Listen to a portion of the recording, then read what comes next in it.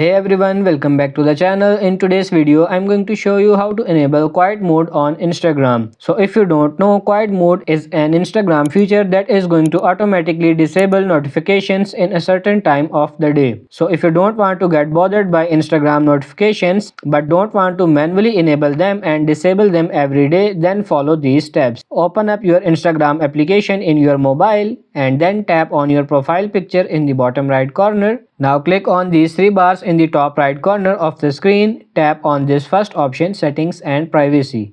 And now tap on this notifications, and below the pause all button you can see this option quiet mode. Just tap on it and click here to enable this toggle on. Keep in mind that this will turn on automatically from 11 to 6 p.m. and it will turn off your Instagram notification during this period of time.